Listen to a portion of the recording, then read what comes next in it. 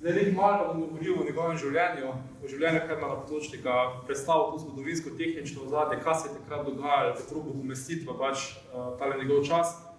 Glavni del knjige bo predvsem, glavni del predavanja bo predvsem tale njegova knjiga, Problem vožnje po vesolju. Poskusil bom tudi ideje v knjigi, ki so predstavljene, malo aktualizirati, malo pokazati na današnji čas, kje so pustile vpliv, kaj smo z njimi recimo dosegli. Moja glavna vira za predstavitev bo predvsem knjiga Problem vožnje po vesolju in pa tale super biografija Hermana Potočnika od Primoža Premzla. Takrat po njegovem življenju Herman Potočnik se je bil v Puli 1882 na Patni gori. Njegov oče je ladijski zdravnik v Avstro-Ugrski mornarica. Glavna stvar, oba starša sta Slovenca. Mati ima sicer neke češke korenine tudi po dedkovi strani, ampak v glavnem oba sta Slovenca, Herman Potočnik je pač recimo naš slovenski znanstvenik. Zelo zgodaj oče umre, ko sta Hermanu 2 leti, družina se preseli v Maribor. V Mariboru zdaj je Herman vzgajan v takem bolj nemškem okolju. Maribor 100 let nazaj, recimo pred Rudolfom Majstrom, zelo tako ponemčeno slovensko mesto. Herman obiskuje nemški vrtec, nemško osnovno šolo. Potem se pa zelo hitro preseli na Dunaj, kjer pa gre v višje razrede osnovno šolo v recimo deški internat. Leta 1910 do 1911 gre na vojaško šolo, uri se za vojaškega inženirja, konča šolanje z nekim nižjim činom. In kmalu po koncu njegovega šolanja 1914 začne prva svetovna vojna. Hermana v bistvu takoj pokličajo na tole fronto, sodeluje od Srbije do Galicije, Bosne, na Soški fronti, potem preboju pri Kobaridu je bilo treba obnoviti ceste, železnice, mostove, Herman se s tem ukvarja. Med vojno tudi večkrat odlikovan, predvsem zaradi hitrega razmišljanja, da je hiter recimo popravil, kaj je bilo treba narediti. 1919 se upokojil se z stotniškim činom, razlog za upokojitev tuberkuloza, zboli, verjetno tam v tem zaledju, v tem umazanem okolju, pač dobi to bolezen, ki se pač tega še ni dala zdraviti, bila je neka smrtna obsodba. Ni te ubila hiter, to traja nekaj časa, da se je bolezen razvila, ampak te pa je. In že pri 27 letih v bistvu gre v pokoj, ne obupa nad življenjem, preseli se na Dunaj, zdaj so spet malo drugačni časi, razpade bivša država, Avstro-Ugrska ne obstaja več, nastane Avstrija, Dunaj je ta prestolnica še vedno. In Herman gre tja živeti, dobiva neko nizko penzijo kot bivši vojak, ampak to ni nekaj zelo veliko denarja. Vseeno dovolj, da pač njega recimo spravi čez tale študij. Dosti pomaga tudi družina, predvsem njegov brat, ki je pa še vedno oficir, nek vojak v zdaj avstrijski vojski. 1925 leta zaključi svoj študij, takrat se reče temu drugi državniški izpit, danes bi rekli recimo kot neko zaključno delo, neka diploma in naredi na temo raketnih motorjev. Na Dunaju v tistem času po pričevanju mnogih kasnejših ljudi zelo aktivno nek raketni krožek, ljudje so zanesnjaki, spoznajo to novo tehnologijo in Herman se spozna s temi stvarmi že tekom študija, kasneje pa se nekaj pridruži tem krožkom. Je pa res, da ga nekaj odrinejo iz tega dunajskega krožka in se pridruži enemu drugemu in to berlinskemu raketnemu društvu. Z njimi se dosti dopisuje, kar bom bolj povedal tudi malo kasneje. 1925-1929 zadnja 4 leta svojega življenja popolno posveti pisanju te knjige, ko imam danes tudi tukaj pred vami, pa prebral par odsekov iz nje. In se lahko predstavljamo, ko še začne pisati to knjigo, še dosti pri zdravju, proti koncu knjige ga bolezen začne dohitevati, končal v bistvu že dobesedno na smrtni posli, kar se v bistvu tudi vidi v branju knjige. Medtem ko bereš, vidiš to, kar proti koncu začne hiteti, kak je vedno bolj vizionarski, vedno bolj malo odnaša, recimo, stran od tele zemlje, pa zemljske. Sama knjiga začne nastaviti leta 1925, verjetno je bil razlog za nastanek te knjige izid ene podobne knjige od enega zelo znanega nemškega fizika Hermana Oberta, morda kot nek zagon, kot neko željo, potem da piše, potem da predstavlja to, kar ve, to, kar se je naučil. Tekom knjige omenja zelo veliko znanih znanstvenikov, kar nekaj bom omenil v naslednjem poglavju, ampak glavni cilj je pokazal, da je problem rešljiv. Mi v vesolje lahko gremo dejansko s tehnologijo, ki jo poznamo že takrat, leta 1920 pa še malo. Ja, vse je težko, še vedno bo treba rešiti neke stvari, ampak to lahko dosežemo in to je v bistvu neka naloga, ki si jo zada Hermann Potočnik. Knjigo lahko razdelimo na 4 dele. Prvi del mogoče najtežji za brati, za nekega laičnega bralca je fizikalni uvod. Tukaj je Hermann še zelo natančen, povzema te glavne fizikalne zakone, ki v bistvu omogočajo torej delovanje rakete. Potem gre naprej na izgradnjo rakete, kak bi lahko naredili, kaj moramo narediti, da rešimo neke težave, ki jih imamo. Zadnja dela sta pa bivanje in odkrivanje vesolja. Ta dva dela sta pa najbolj taka vizionarska, najbolj napredna, najbolj nova, nekaj, kar recimo se še ni tukaj veliko pisali, nekaj, o čemer se še ni tukaj veliko govorili in sta, vsaj po mojem prepričanju, kot razlog, da smo mi danes tukaj. Ja, vse tiste fizikalne stvari, to so mogoče že drugi odkrivali, tukaj so bili že drugi znanstveniki zraven, ampak sploh to življenje v vesolju, kaj pa zdaj človek dela v vesolju. No, tukaj pa Hermann zelo inovativen. Tekom knjige se dostikrat vidi, da povzame ideje od kakšnih drugih ljudi, ampak to ne sme zbijati njegove vrednosti. Zelo velika ta svoje komentarje, zelo velika te reče, jaz pa mislim, da kaj taka bi se lahko rešil na kak drugačen način. Zelo veliko tudi inovativnih novih idej, no? In ene parih bom tudi predstavil. Knjiga se začne s fizikalnim uvodom.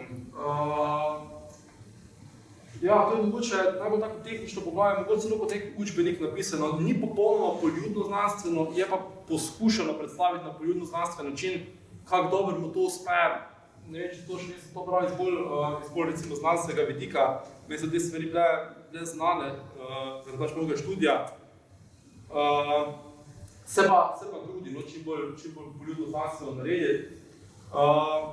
Največje težave sem imel recimo z arhaizmi, z izrazi, ki so pač takrat mogoče bili zdaj pa ne.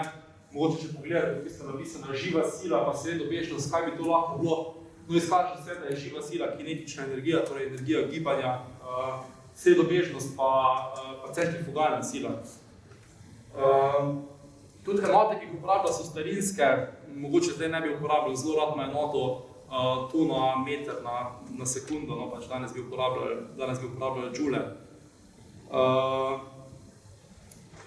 Medtem, ko se nekaterih stvari zelo podrobno lotijo, sploh recimo povratnega sunka, o katerem bom govoril pol, pa druge stvari sam omenja. Teda te knjige spet ne moramo imati kot učbenik, ker po eni strani gre kjer precej v podrobnosti, po drugi strani pa sam omenja, pa sam rezultate napiše, pa sam pove, ja, ta je pa že razmišljal o tej stvari. Teda recimo, a je to znanstveno delo, a je to bolj poljudno znanstveno delo, a je to bolj neko vizionarsko delo, v bistvu je združenje vsega tega. Tukaj sem vam narisal en koncept, zato se mi zdi zelo pomemben, da ga razumemo, da sploh gremo naprej na knjigo. No. Po mojih izkušnjah, ki sicer v nekaj znamo, ampak vseeno, to je koncept centripetalne ali centrifugalne sile, najbolj efekt, ko nekaj kroži, pa zato pač ga tiši vrno, kot domač povedano. Ali gre avto v ovinek, pa čutite, kako vas vrn tiši, ali krožite neko utež na vrvici, ali je to zemlja, ko kroži okrog sonca. Pač v vseh teh primerih imamo ta efekt centrifugalne sile, ali pa to še v četrtem primeru satelit, ko kroži okrog zemlje. No, kadarkoli imamo neko kroženje, kadarkoli imamo neko vrtenje, je ta efekt prisoten.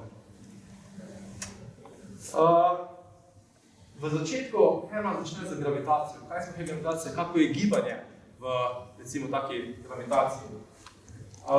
Tamle, tudi od spodaj imamo en primer. To je primer Newtonovega topa. Izgleda predstavljamo en visok hrib, moramo en top postavljati in zdaj streljamo s tem topom. No, včasih mogoče ustrelimo, pa bo padla krogla, recimo relativno hitro. Pa ustrelimo hitrej, pa bo padla nekje naprej. Ustrelimo še hitrej, ne? Če ustrelimo z dosti visoko hitrostjo, krogla ne bo nikoli padla nazaj na zemljo, v bistvu se zavrtela okrog in okrog. Temu rečemo prva kozmična hitrost. Hermann je vmes kar omeni, ne pove, odkot pride, ampak je zelo pomembna stvar, ko bomo kasneje govorili. Ne, znaša približno 8 km na sekundo. Tale modra krivulja, če ustrelimo dovolj hitro, če je krogla dosti hiter, bo pa mogoče odletela stran od zemlje, se bo odlepla od zemlje, šla nekaj naprej v vesolje, temu rečemo pa druga kozmična hitrost. In je dosti više, 11 km na sekundo. To je hitrost, ki jo rabimo, da mi zbežimo stran od zemljene gravitacije. Zelo lepo pa Hermann nariše različne krivulje, po katerih lahko krožimo okrog Sonca. Na desno gori vidimo 3 različne recimo oblike. Ena je ta lepa krožnica, ponovadi si predstavljamo, da krožimo v neki perfektni krožnici. To ni nujno res. Večina teles kroži na taki elipsi, malo okrog in okrog. Če gremo pa dosti hitro, da lahko tudi pobegnemo, recimo ta je ta pobegne stran od Zemlje. Kaj bi pa sploh dosegli? Naslednje vprašanje, ko se je Hermann lotil, v bistvu, kaj bi pa zdaj sploh lahko dosegli, da skok nekaj poženemo recimo 8 km na sekundo hitro. To je, kaj zdaj, serij je bil v 2 sekundah, ali v 1 sekundi, ne? Kako sploh gremo tako hitro? Najprej ta prvi primer, in to je primer, ramo neko vzajemen učinek, tretji zakon. Če na telo delujemo z neko silo, če nekaj porinemo, potem bo ta stvar porinila nazaj. Ampak ko bi pa zdaj v vesolje spravili nekaj, recimo, da lahko nas porine, ko bi dosti hitro porinilo vesolje. In si zamisli najprej eno puško, na desno je ena puška narisana. Tukaj zraven ima en tak zelo zanimiv komentar, piše o tem, reče orožje, ki je naši generaciji še tako dobro znano. Spet vidimo, da je odmev prve svetovne vojne v njegovi glavi, ko piše o tem. In dotakne se tudi ene parih knjig, dotakne se in kakih bolj antičnih knjig do srednjega veka, ene parih filozofov, pa tudi Jules Verne. Jules Verne je tako zelo znano delo, zelo zanimivo knjigo, kjer si tale gospod Jules Verne zamisli, da bi mi lahko šli na Luno z enim takim velikim topom, naredili bi en ogromen kanon, se usedli noter v topovsko kroglo, namerili na Luno, pa ustrelili.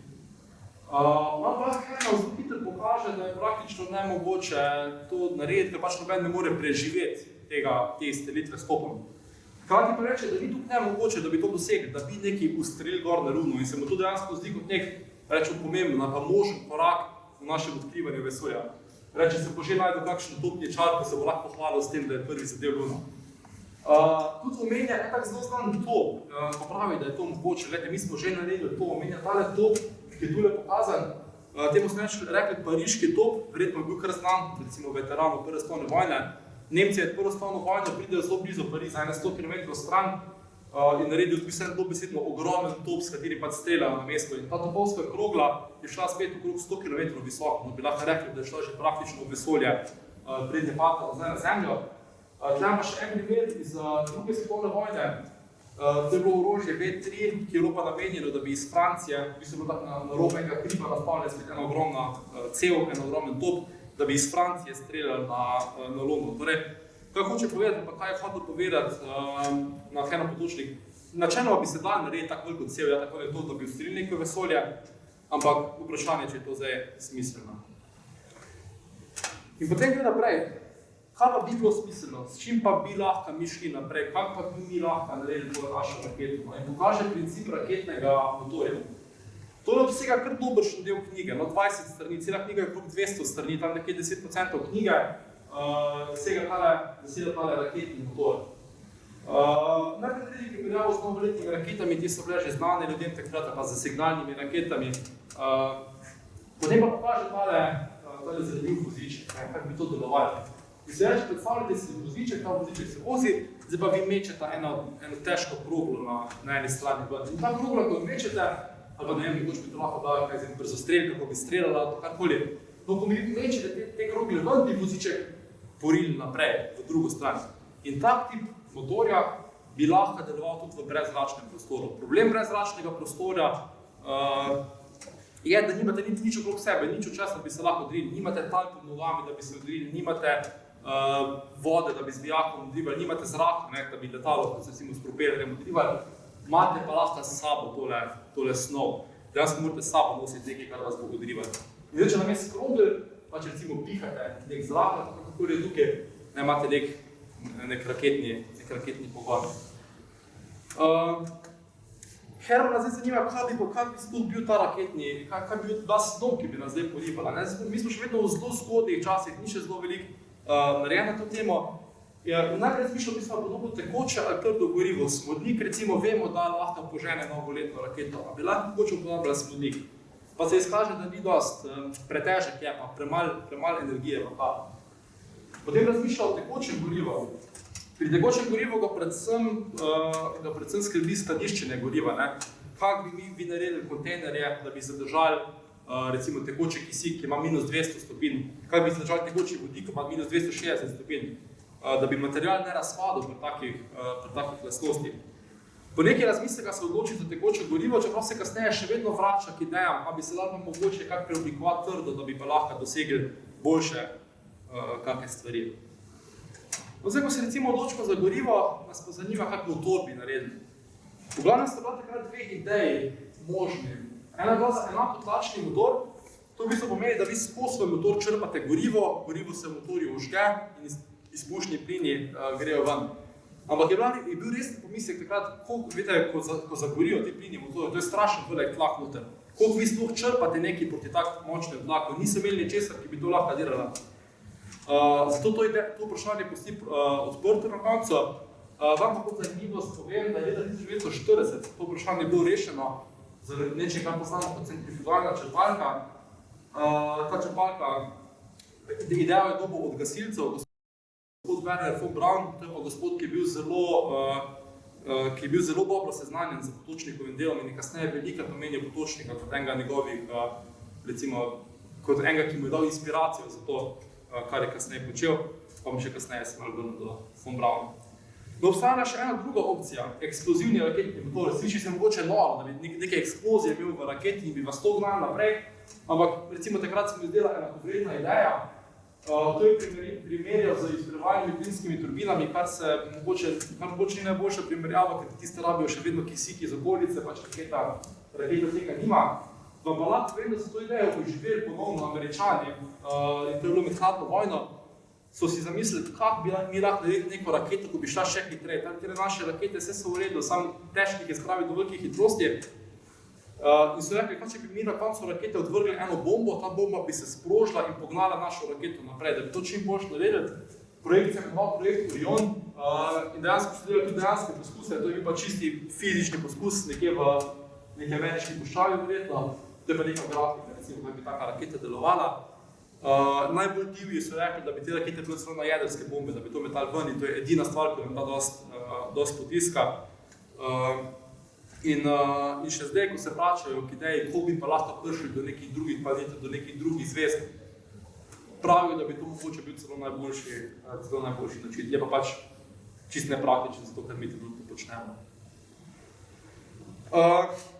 Zdaj smo se odločili za, recimo, tale enakotlačni raketni motor, odločili smo se za tekoče gorivo.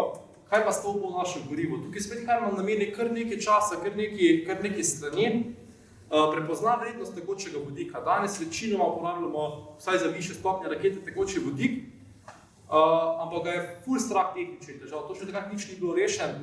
Dejansko je bil edin material, ko je zdržal to temperaturo, teh minus 200, mislim, minus 270, minus 260 stopinj Celzija, svinec. In zdaj mi ni treba preveč poudariti, da če naredite celo raketo iz svinca, raketa ne bo zelo visoko pršla. In zelo hitro reče, da mogoče pa ni najboljši tekoči vodik. Zato se odloči za ogljikovodikova goriva, kar se mi zdi precej dobro, pri drugih avtorjih nisem tudi tega zasledil, je pa ena prednost ogljikovodikovi goriv, o katerih Herman veliko govori, in to je, da so bolj gosta.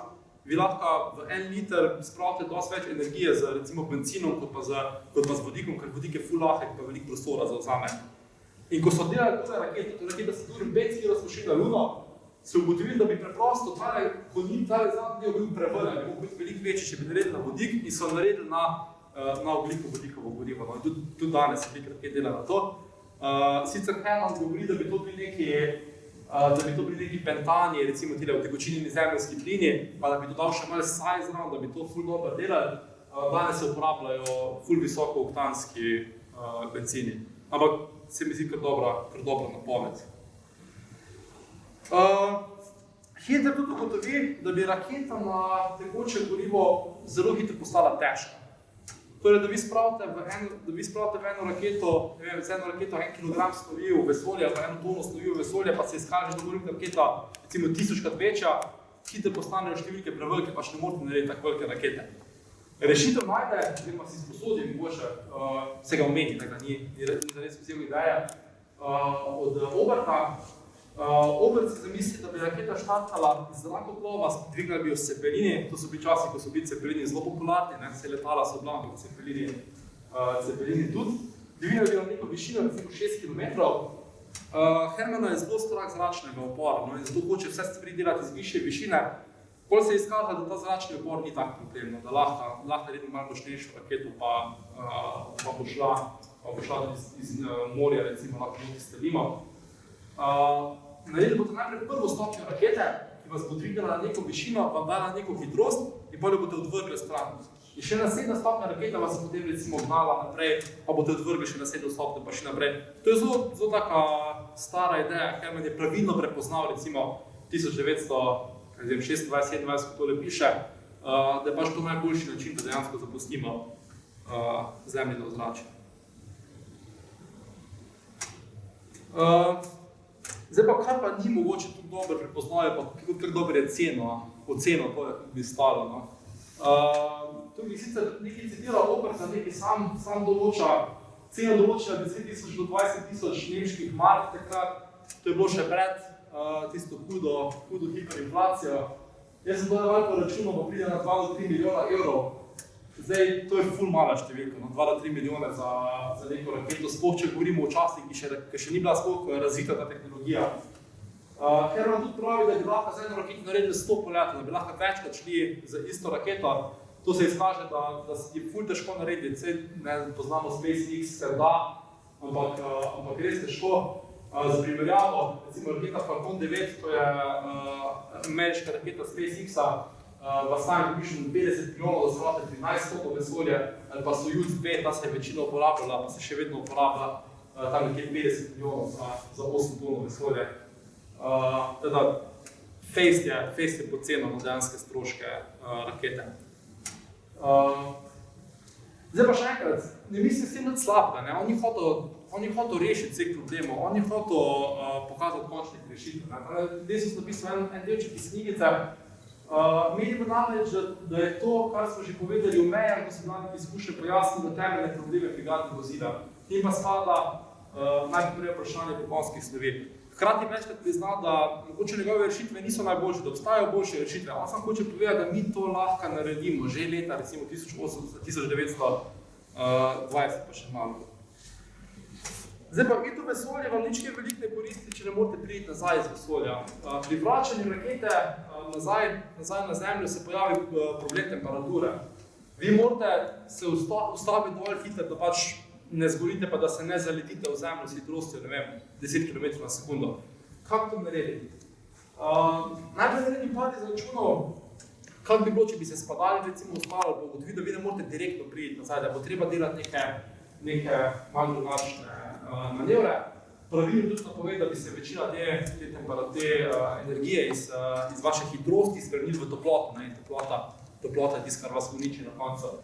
Mogoče samo za zanimivost. Kar je par kasnejših misij. Zelo znana je katastrofa ameriškega raketoplana, mislim, kot Challenger, ali mogoče Columbia, je imela težavo, da je medvračanje temperatura bila tista, ki je uničila plovilo, pa pač povzročila smrt posadke. Kaj bi lahko bila rešitev? Kaj pa bi se lahko vrnilo, da se ne bi stopilo v bistvu med vrnitvijo? Napovedi dva različna pristajalna manevra. Prvi iz njih je Hoffmanov pristajalni manever, po enem nemškem fiziku Hoffmanov, očitno je bil dobro seznanjen z njegovimi deli.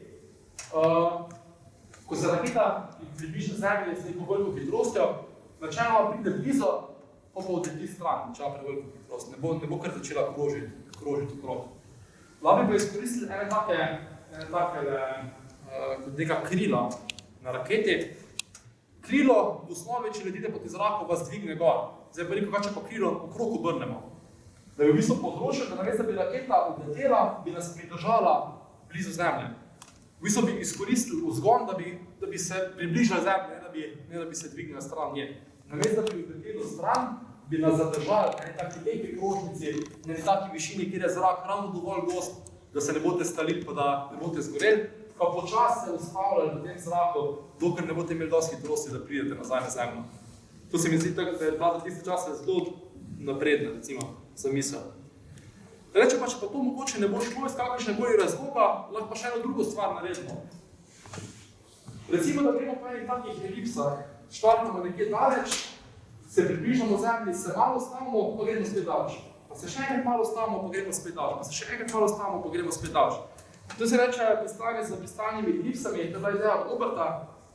In je spet druga opcija, da lahko recimo počas zmanjšamo našo hitrost, pa z več preleti se recimo pomalo ustavljamo, dokaj ne prijemo nazaj na Zemlji. Še en stavek iz knjige. Verjetno se bo tudi pokazalo, da bo treba predrugačiti še marsikateri predlog, ki do sedaj ni bil dovolj preizkušen. Že zvati bo treba denar morda celo človeška življenja. Mar nismo doživljali tega tudi v prejšnjih desetletjih ob osvajanju zračnih višav. Herman je bil priča razvoja letalstva. Ko je on bil star 13 let, je prvo letalo poletelo, ko je bil star 20 let, je že recimo bojiščih prve svetovne vojne bilo uporabljeno vojno letalstvo. Videl je ta napredek tukaj in ga je enačil nekot z razvojem raket, nekot je pričakoval, da bodo šli po podobnih potih. Zdaj pa se vprašal, zakaj bile rakete omenjene in žal, prva stvar, ko bi komorkoli v bistvu padla na pamet, mogoče se nam pa ni treba ustavljati, mogoče se lahko samo zaletimo v naš cilj. Raketa bi se lahko uporabljala kot orožje, to je bila že recimo zelo zgodna ideja. Hkrati pa recimo upraviči ali pa reče, vsaka tehnologija se lahko uporablja kot orožje, katerikoli napredek v znanosti se lahko za nekaj izkoristi, dajmo mogoče ne gledati na to kot na edino stvar, pač sigurno lahko upravičimo to tehnologijo za drugimi stvarmi. Rezultati bodo presegali tveganja. In prva stvar, ta kar res uporabna, ki se spomni, da bi lahko uporabljali raketo kot letalo. Zamisli si, da bi raketa vzletela in nared, da je pač letela okrog Zemlje, bi se počasi po eni taki krivulji, ki bi pač naprej določili, začela spuščati proti enem drugem koncu Zemlje. Nared bi letalo s kozmičnimi hitrostmi v bistvu. Zdaj, spet te ideje so bile pred razvojem reaktivnega motorja, ni vedno, da se bodo razvila zelo hitro letala, zelo dobra letala. Tudi malo je poceno stroške, ni čisto še vedno, kako bo dejansko to stalo. Noben nič kaj podobnega uporabljal zares, zato bi bilo grozljivo drago, da bi človeka spravili nekje na drugo stran Zemlje na ta način. Ali recimo kot neka ideja v knjigi.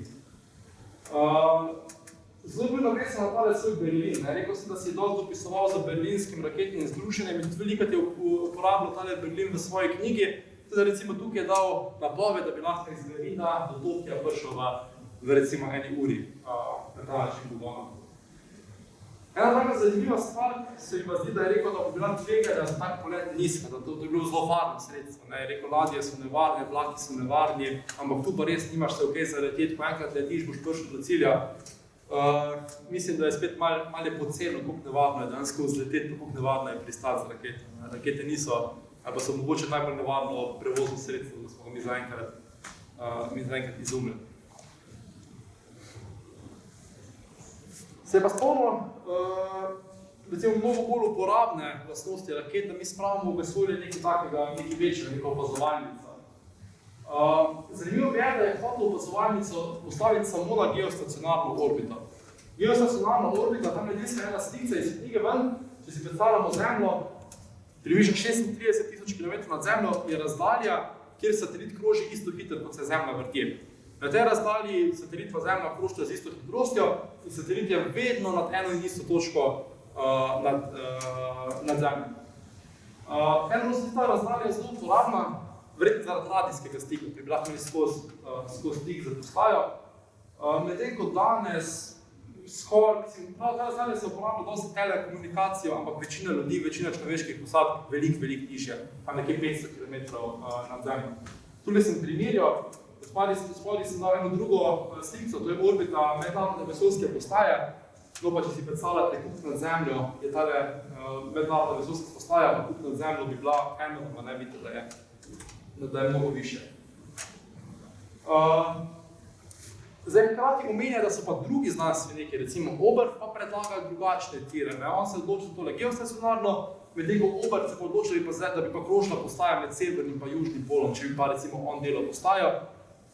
Zdaj se je izkazalo iz današnjega vidika, da je ta med severnim in južnim polom pač boljša, ker lahko celo zemljo, mislim, vi krožite, zemlja se pa od spodaj vrti. Zakaj bi lahko ta postaja uporabna? Spomnim se, da je lahko to prometno oporišče, da bi lahko napolnila raketo recimo nekje v zraku za opazovanje in vesolja in opazovanje zemlje naprej kot neko okno v vesolje, kot neka umestna postaja recimo. Razmišljal o kartografiji, kako bi lahko risali še nenarisane karte z nekimi dobrimi daljnogledi, pa še kasneje potem daje napad idej.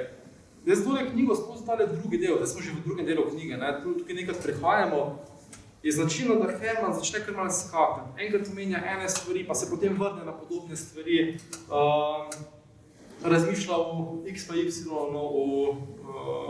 in tako malo skače med poglavji, da bo kasneje se spet vrnil recimo na uporabo opazovalnice, na uporabo njegove opazovalnice. Zanima ga še pa, kako bi človek sploh preživel v tem okolju. Smiselno se vprašati, ok, kaj pa je zdaj za človeka v breztežnosti? Ja, človek sploh preživi tam gori. Oni niso imeli nikakršnih izkušenj z breztežnosti takrat. Reče, najdaljša breztežnost, ko je človek daj izkus, je bila pri smučarskem skoku. Zgleda, da je gledal smučarske skoke že, pa da je slišal za njih, pa že tuk časa nazaj. Ko smučarski skakalec skoči, bo za trenutek, preden pristane, v bistvu imel ta občutek breztežnosti. Kada reče, da kratka breztežnost nekaj sekund sigurno ne vpliva na človeka. Potem reče, da tile mišice, pa osmotske sile, torej sile med tekočino v naših celicah, da so dosti močne, da bodo premagale ta občutek breztežnosti, da človek lahko živi breztežko, neka taka ugotovitev je. In to reče, da človeka na glavo obrnemo, bo tudi preživel, da še recimo obrnemo težo. Glavna stvar, ki ga pa moti, je pa, kaj bi se sploh človek počutil. Naš ravnotežni organ, to je en organ v ušesu, ko ga imamo, je zelo navajen, da nas sporoča, kje je dol, kje je gor, kje je levo, kje je desno. In če ne bi nič sporočal, ga je strah, da bi človek imel občutek padanja, da bi skozi imeli občutek, kot da pademo, in da bi to bilo grozno za naš Teda dosti razmišlja o psiholoških težavah, kar se mi tudi zdi kar napredno v tistih časih, recimo, razmišljati o tem. Potem pa tudi razmišlja, kako bi človek preživel te izstrelitve z raketa. In se spomni spet nekaj, kar se danes tudi uporablja, da bi lahko naredili neko tako centrifugo, neko stvar, ki bi se hitro vrtela, da imamo raketo, te centrifuge pa gori, ki se uporablja, da bi vrteli nekaj človeka. To je isto, kot uporablja danes recimo NASA, da bi človeka nekot navadili pa priučili teh močnih gejev, teh velikih sil med izstrelitvijo pa med povratkom rakete. Omenja pa tudi, tam narisano, eno gospo, ko teče na mednarodni vesoljski postaji, tudi to omenja, se pravilno napovedal, v tej breztežnosti bodo mišice, bo človek postal šibkejši in da bi lahko to reševali za neko intenzivno vadbo v vesolju. Druga stvar pa je, kako se pa telesa zdaj obnaša, kako se obnaša z telesa, misli predmeti, kako se predmeti obnašajo v breztežnosti. Zdaj, ko se ljudje premikamo, pač bomo nekaj odplavali po zraku, namesto da odplavali po zraku, damo stene dosti blizu, pa neke ročke na stene gori. Tudi na naši mednarodni vesoljski postaji danes imamo ročke povsod. Ful časa pa nameni vodi. Vodi, da sploh tekočinam. Tekočine v breztežnosti ne vejo, kam bi stekle. In se običajno ene take kroglice zlepijo skupaj, to je zaradi površinske napetosti. Problem pa je, ko taka tekočina pride do neke stene, ker ista ta površinska napetost povzroči, da se prelepi na steno. Sedaj vidim, kako se voda prelepi recimo na mizo gor ali kaj podobnega. In to ga strašno skrbi. Kaj bomo zdaj mi s to vodo naredili v tem vesolju? In prije tak daleč, da se odloči, da kuhanje bo verjetno nemogoče, da bi zelo težko kuhati v vesolju. In da tega problema zares ne zna rešiti, da ne vemo čisto točno, kako bi se rešili ta problem kuhanja. Tudi to, da se ne da umivati, ga predvsem moti. Še ena stvar, o kateri razmišlja, pa je to, da bi telesa, recimo na neki naši vesoljski postaji, na njegovi vesoljski postaji, privlačili skupaj. Kaj to pomeni? Vsa telesa se privlačila, Sonce pa Zemlja se privlačila, Luna pa Zemlja se privlačila, tudi jaz pa vi, recimo, se z neko zelo malo silo privlačimo. In on si zamisli, da če bi mi pustili recimo eno flašo vode pa eno stvar, da bi s časoma to šlo skupaj, pa se odbili na razen in da bi to zdaj recimo malo skakali po našem prostoru in da to ga strašno skrbi. Zdaj, jaz mislim, da se tukaj vidi, da je že bil malo v stiski časom, pa da tega ni tukaj strašno pet premislil, da se izkaže, da so te sile strašno male. Recimo, 2 kilski uteži bi v enem letu časa prišle 1 mm skupaj, no tako mala je ta sila, da nič se ne premika, tega ne morate zaznati tudi z zelo dobrimi inštrumenti, da šlo zaznati. No in koliko se odloči, da bi lahko rešili vse te težave? Reče, ok, imamo problem z našimi mišicami, imamo problem z našim ravnotežjem, imamo problem s to tekočino, imamo problem s tem, da se telesa privlačijo skupaj. Vse to bi lahko rešil, če bi sam predstavil neko, on temu reče, redotvorno silo bivanja, neko rečemo, umetno gravitacijo, do katere bomo prišli zelo hiter. Najprej se še dobi ene parih ostalih težav, recimo zraka, kako bi rešil zrak, reče, to je že rešeno, poznamo potapljaške obleke, poznamo potapljaške zvone. Druga stvar, ki ga skrbi, je sonce, ena stvar je moč sonca, druga stvar je to gretje, hlajenje zaradi sonca. Če je napisan en eterskem v narekovaji, to je še ena stvar, zaradi kjer je ta knjiga mogoče malo težka zabrati, sploh če malo poznaš te stvari. To je bila ena taka teorija, tam leta 1900 pa še malo je bila strašno popularna, rekli so, nič ne more iti v praznem prostoru. Tako mi govorimo, moj glas gre po zraku, tak svetloba ne more iti po čist praznem prostoru, nekaj mora biti v vesolju in si zamislijo, da obstaja nek eter. Niso čisto točno vedeli, kaj je ta eter, ampak Hermann Potočnik zelo rad omenja tole besedo eter. No, kasneje se je izkazalo, da ta eter, da to ne obstaja, to je nič pomenega. Ampak je bilo med veliko znanimi znanstveniki to popularno prepričanje v tistem času. Mogoče spet, da je bil recimo seznanjen z idejami tistega časa. Bo se pobavljati s toploto, tukaj spet kar en del knjige, kar 10 strani vsaj nameni temo gretje, hlajenje v vesolju. Prva stvar je, ki tudi prepoznajo, da je vesolje strašno mrzlo. On reče, da je bis absolutne ničle, da je bis nič stopinj. Zdaj skaže se, da ima ene par stopinj, ampak spet tega takrat niso mogli vedeti. In edini način hlajenja je sevanje. Sevanje je dejansko odkril en slovenski znanstvenik, toplotno sevanje, to je bil Jožef Štefan in Hermann Potočnik je sigurno dobro seznanjen z njegovimi idejami. Če mi neko telo prebavimo belo, recimo bel avto, poleti se bo manj segrel, ne bo sprejel toplote. Če ga prebavljamo črno, bo sprejel dosti več toplote. In bi z pametnim položajem zrcal, bi dal neka zrcala, da bi malo več svetlobe usmeril, kam recimo pa s pametno izbiro barv, naredil, da bi postaja bila v bistvu neke prijetni 20 stopinj recimo ali pa kaj podobnega. Vmes odgovori o ultravijoličnem sevanju, prepozna njegovo nevarnost, zamisli si, kako bi dali neke šipe na postaji, da je bile recimo odporne na to nevarnost. In to je recimo še ena rešitev. Ena glavnih idej, vsaj po moje, njegova je tale sončna elektrarna.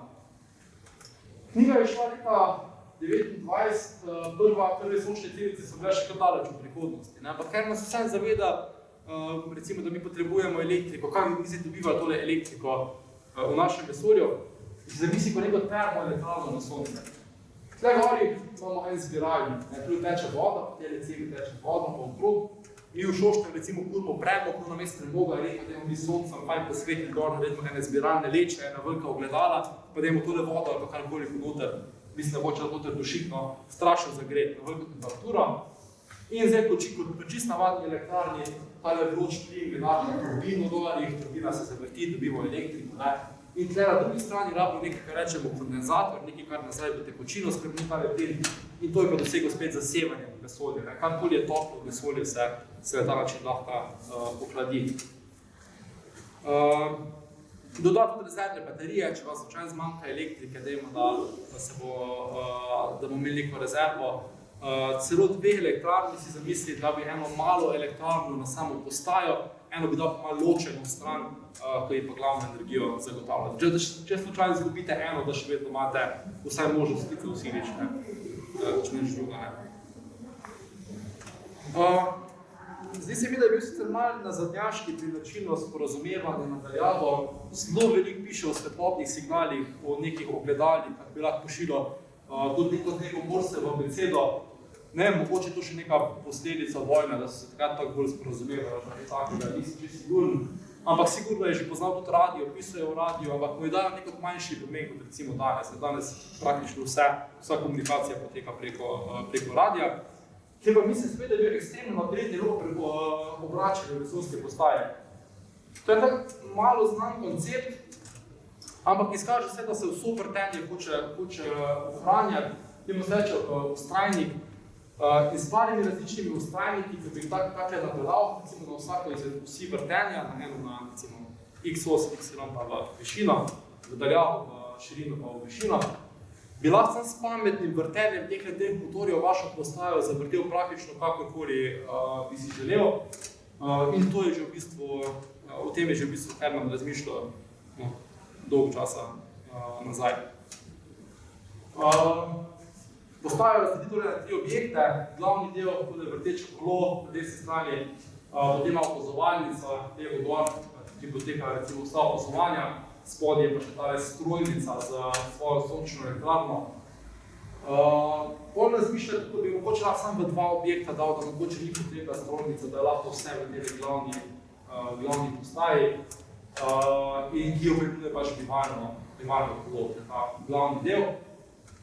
Glavna stvar bivalnega kolesa je, da bi s tem vrtenjem ustvaril tisto, kar so prej pomenovali redotvorno silo bivanja.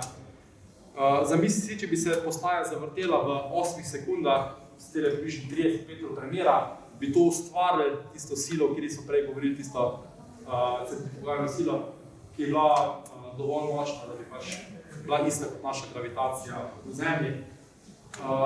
Zaveda se, da bi kazala v drugo smer, tukaj bi sicer vaša tla bi bila, če bi se vrteli, vaša tla bila okrog, medtem ko tla bi bila pod vami, stropa nad vami, kar je obratno kot pri nas na Zemlji. Teža bi bila malo manjša tudi pri glavi kot pri nogah, ampak se mu to zdi zanemarljivo. Kar pa jaz mislim, da ni zanemarljivo, čemur sicer ne nameni toliko časa, on v eni točki v knjigi sam reče, ok, to ni tudi pomembno, je pa to, da se vaša glava vrti malo hitreje kot vaše noge na taki postaji. To zna biti kar problem. Temu se reče Coriolisov efekt. Coriolisov efekt potočnik le omeni in reče, ok, to ni tudi pomembno. In tudi jaz ne bi pomislil, da je tudi pomembno, če ne bi imel srečo, da je en moj profesor na faksu to omenjal, pa je rekel, da bi verjetno bila res težava. Ta Coriolisov efekt poznamo po vrtenju, recimo velikih zračnih mas na Zemlji. Na tej vesoljski postaji pa pomeni, če se vi usedete, bi vam glavo odnesli malo na stran praktično. Ta sila je bila kar velika, ta 1,6 metra na kvadratno sekundo pomeni, da če se vi usedete, bo vaša glava dobila približno tako hitrost, kot da hodite, pa bi vas na stran prišali. Pa niso tukaj važne te številke, kot to, da bi verjetno postaja mogla biti veliko večja, da bi stvar funkcionirala. Torej, glavni pomen postaje, da bi umetne teže bilo življenje lažje, da se zamisli, da je bilo življenje lažje na Zemlji, za vprašanje, kako velika bi mogla biti, mogoče malo več, kakor si je on zamislil. V vesolje bi lahko prihajali preko lopute, recimo na sredino postaje bi dali eno loputo, ki bi se vrtela isto hitro kot postaja, pa bi lahko šli ven iz nje, pa recimo prehajali na kakšno pravila na postaji, ali pa mogoče do drugega dela postaje, ali pa kaj podobnega. Na loputi smo imeli še ene priklope na prejšnji sliki, če tam 2 sliki nazaj, ste videli, da je nekaj priklop, da je bila tale loputa, je priklopili z nekimi kabli naprej in s temi povezovalnimi kabli bi recimo udali elektriko ali pa komunikacijo imeli, pač tak si zamisli tole postajo.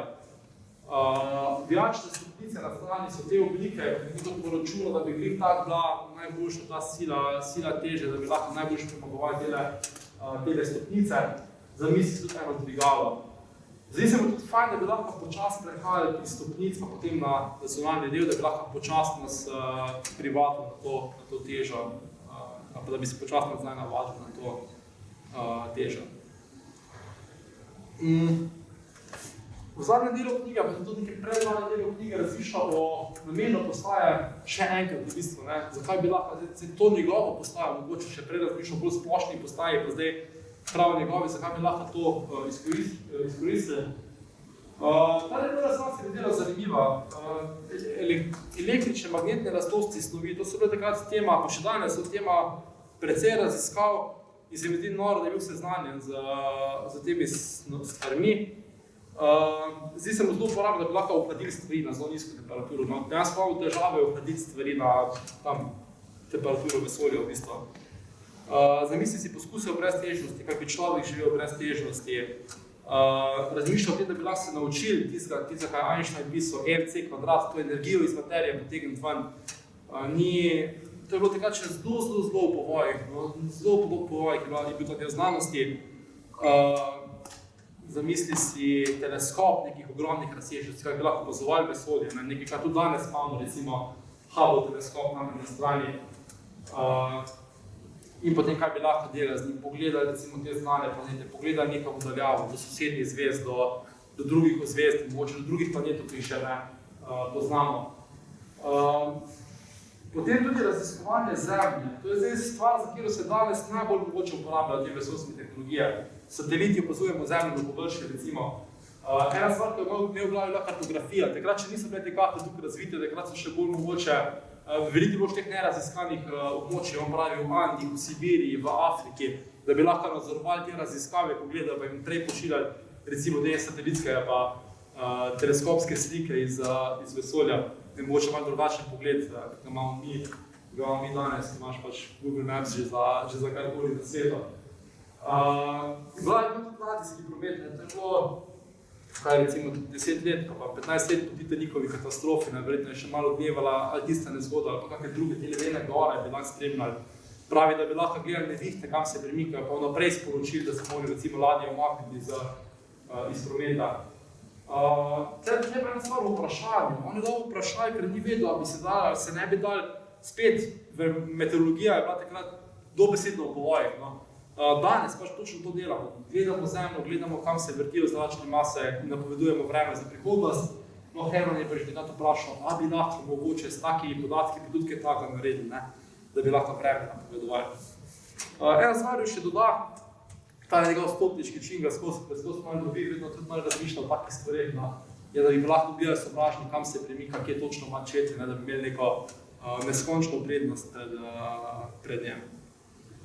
Ena taka mogoče malo bolj zanimiva ideja, ne rečem grozna, je bila ena tako lebdeče zrcalo v vesolju. Tudi v njem piše, to se sredi njegova ideja je od Oberta, ampak tudi nekaj dosti menja. V glavnem, v miroljubne namene, reče, če bi lahko eno ogromno zrcalo, bi lahko dali svetlobo točno tam, ko jo hočemo, Berlin, spet ta Berlin, filje na ta Berlin, navezan, čeprav živi na Dunaju, bi lahko bil skozi osvetljen, kup premoga bi prešparal na ta način. Potem si zamislil, da bi lahko območja, kjer je pač večni let spremenil v območje za rastline rasti, če bi sam posvetili na njih s tem našim zrcalom. Lahko bi, ko se pripravljamo na točo, posvetili na oblak, bi toča izhlapela, recimo tudi to piše. Pol pa reče tudi, da bi tako zrcalo najbolj uporabno za kaj drugo, kot neko povečevalno steklo, kot neko orožje v bistvu, kot neko tako orožje, tale stavek je zanimiv, ki bi v bistvu preprečilo nasprotniku, da bi te sploh napadil, ker če bi imel orožje takega zrcala, kdo ti bo kaj naredil, ne samo posvetiš na njegovo mesto pa zgori. To se mi zdi zanimivo, neko zdaj imamo tako orožje, ki v bistvu naredijo, da se noben niti ne more napaditi, recimo v jedrskih bombah. Zadnji del knjige pa se usmerijo drugam, zdaj so bili pri Zemlji, zdaj so bili v okolici Zemlje, kaj pa je naprej od našega planeta. Najprej svet pokaže, da razume fiziko, da razume tole kroženje okrog planetov in pokaže po kakih krivuljah, recimo, kak bi lahko od prvega planeta prišli do naslednjega. Če najprej krožimo tukaj, pa malo pospešimo, pa nas vrši na tole tirnico, pa se zdaj malo stavimo in zdaj krožimo, recimo, v tej razdalji. Pa obratno za drugo smer desno. Razmišljam, kako daleč so tehnologijo, ki nam je on zdaj predstavil. Luna se bo zdi čisto segljiva. Luna reče, to bi sigurno šlo, to ni tako daleč. Drugi planeti, mogoče. Pravi, da mogoče bi se dal priditi, ampak verjetno bolj enosmerno kot dvosmerno. Da bi pa lahko, recimo, če bi tole opazovalnico uporabljali kot recimo neko izstrelišče, da bi ali na opazovalnici, pa mogoče celo na Luni naredili neko postajo, da bi lahko dopolnili gorivo. Reče, da na Luni verjetno ne bi bilo možen, ker tisti ljudje, ki so govorili o tem, da bi naredili opazovalnico na Luni, so rekli, da je sigurno voda na Luni, njemu se pa ne zdi, da bi lahko bila voda gor, ker jim je spet prav. Razmišlja tudi o energiji jedrskega razpada, torej o radiju, spet zelo nova stvar takrat, o tem se ni veliko vedel. Pravi, tukaj pa tukaj energija, to bi nas pa lahko celo do drugih zvezd spravili. Sam nekot moramo ugotoviti, nekot moramo spraviti energijo ven, ne poznamo še dosti. Zanimivo se mi zdi, da se v Mars ne zdi tudi zanimivo. No? Mars se mi zdi, pravi, da atmosfera nima nekaj veliko, Mars je bil kar dobro prepoznan. Vidijo tam neke razpoke na Marsu, ne vejo, ali so optične prevare, ali so mogoče kako življenje tam v njih razpokah. Ampak pravi, da pa Venera je pa super. No, Venera je pa zelo podobna Zemlji, pa na podobni razdalji in podobno. No, Venera niso dobro poznati takrat. Zdaj vemo, da je Venera največji pekel v vesolju, ko ga imamo skor. No. Ampak takrat se mu pa zdi, tiste razmere se mu zdi pa zelo zanimiva. Dosti piše o Jupitrovih lunah, nekaj o Saturnovih, kaj bi jih lahko mogoče obiskali. Ampak hkrati tukaj poudariti, da zdaj ne govorimo več o nikakršni gospodarski vrednosti, to govorimo samo o vrednosti raziskovanja, dobesedno za to, da gremo. Zdaj bi vam sam prebral dva dela ven iz knjige. Najprej, kako se mu zdi njegov pot do postaje, kako bi človek šel do vesoljske postaje. Vesoljska ladja že stoji pripravljena na Zemlji. Vstopil v potovalno kabino, ki je majhna celica znotraj trupa, namenjena pa za sprejem vodje, odprave in ostalih potnikov. Vrata se odnotraj neprodušno zaprejo. Zlekniti se moramo v viseče mreže. Vodja opravi nekaj gibov pri krmilnih napravah, rahel drget vozila in v naslednjem trenutku se že počutimo težki kot svinec. Vrvi viseče mreže malo neboleče pritisne na naše telo. Dihamo le s naporom in vzdigovanje rok je postal pravi preizkus moči. Bolet se je začel. Pogon deluje, zato potujemo kviško s pospeškom kakor 30 metrov na kvadratnih sekundo, kar občutimo kot 4-kratno povečanje lastne teže. Zaradi tega bremena bi bilo nemogoče stati po konci. Vendar ne traja dolgo. Že v naslednjem trenutku pusti občutek povečane teže, vendar se znova pojavi. Vodja pojasni, da se je pravkar odcepil prvi izprošen del rakete in da je začel delovati drugi del. Nato sledijo novi posegi pri krmarjenju. Dosegli smo že, kot nam je pojasnil vodja, največjo potrebno dvižno hitrost. Zaradi tega je bilo treba vozilo obrniti za 90 stopinj. Sedaj pa deluje pogon v dvodoravni smeri, čimer bo dobilo vozilo potrebno obhodno hitrost. Tudi to smo že dosegli. Šele nekaj minut je preteklo od starta, vendar se nam zdi, da že neskončno dolgo prenašamo naporno stanje povečane teže. Polagamo, začne pojemati tudi ta pritisk. Najprej občutimo blagodejno olajšanje, a hvala na to tesnoben strah. Brez razloga se nam zdi, da padamo, strmoglavljamo v brezdajno globino. Vrli vodja se trudi, da nas pomiri. Pogon se polagano izključi. Naše gibanje se nadaljuje, le še zaradi naše žive sile, kar občutimo kot padanje. Vendar ni nič drugega kot občutek breztežnosti, ki se mu moramo privaditi, ali nam bo prijetno ali ne. Vendar je to lažje reči kot storiti, ker pa nimamo druge možnosti, nam končno uspe tudi to. Ene par zanimivosti pravi, da bi šli v viseče mreže, da bi to bilo najlažje, da bi tak prenašal to silo vzleta. Danes uporabil nekaj, rečemo, spominska pena, bo se da slišal, to je NASA razvila prav za te namene. Pravi, da gremo najprej takle gor, pa malo postavi, da gremo najprej v zrak, pa na stran. To se izkaže, da ni potrebno, da je lažje, če greš tako malo po loku, pa lahko isto stvar dosežeš. Pa ta strah v breztežnosti. Astronauti večinoma so rekli, da to ni, ene parih je bilo tukaj, ene parih je govoril. Večinoma so to opisovali kot en tak lušni občutek, no, nekaj, kar se ti zgodi, pa ti je všeč, da traja, ne kot nekaj, kar bi te prestrašilo. Ampak pač potočnik takrat razmišlja, da ta občutek padanja sigurno ni nekaj dobrega za človeka. Zdaj še mogoče pravim odlomek, čisto na koncu, o doseganju drugih zvezd. Kaj si misli Herman o tem? Premagovanje prostora. Najveličastnejše izmed vseh del, ki si jih moramo zamisliti. In izpolnitev najvišjega smotra bi bilo, ko bi človeštvo za vse večne čase rešili duhovne pridobitve pred dokončnim propadom. Kajti šele, ko bi uspeli prenašati našo kulturo na tuja nebesna telesa in se s tem razširiti po vesolju, bi si človeštvo s svojimi dejanji in upi pribolilo to, za čemer se je pehalo mnoga tisočletja. Če ni vse skupaj le muha kozmičnega dogajanja, naključje v igri večne narave in je le za nas tako zelo veliko dejansko pa se pojavi in mineva v vesolju in sicer na majhni kroglici, zemlji. Kajti šele takrat bi dobilo naše celotno bivanje resnični smisel. Šele takrat bi bilo človeštvo upravičeno počutiti se kot Božji sel in kot njegovo orodje. In sicer le zaradi svojih izvršenih dejanj. To je pravi, da odkrivanje vesolja je neko naselitev po vesolju, da je nek končni cilj, nekaj, kar bi človeštvo moglo strmeti, neka zadnji del naše evolucije, nekaj, kar nas spremeni v mogoče Božje sele, po njegovih besedah. Ta zadnji del knjige, kako se neko postane zelo tak malo vizionarski, poduhovljen, neka želja o njemu, nekem umirajočem človeku, ko si želi doseči, da pokazati, kaj znamo doseči. Malo le sem govoril, kako sem mislil, ampak dobro, da nisem še podal štrigel zadnjega poglavja. Vsem bi pa omenil nekaj o njegovem vplivu v svetu.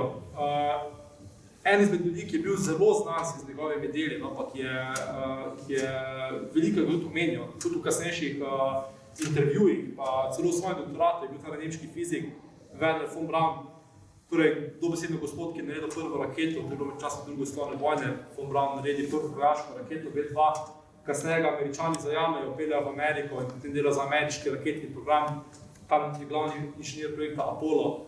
No in gospod von Braun govori še v Ameriki, da in on in njegovi kolegi uporabljajo tudi knjigo včasih še tako malo za inspiracijo, ali kot učbenik, pač jim je tu všeč. Še enkrat, ta knjiga ni izvirno znanstveno delo, je pa sigurno izvirno pionirsko delo o vesoljskem raziskovanju. Večina ljudi ga potočnika daje med recimo top 10 ali top 5 recimo pionirji odkrivanja vesolja.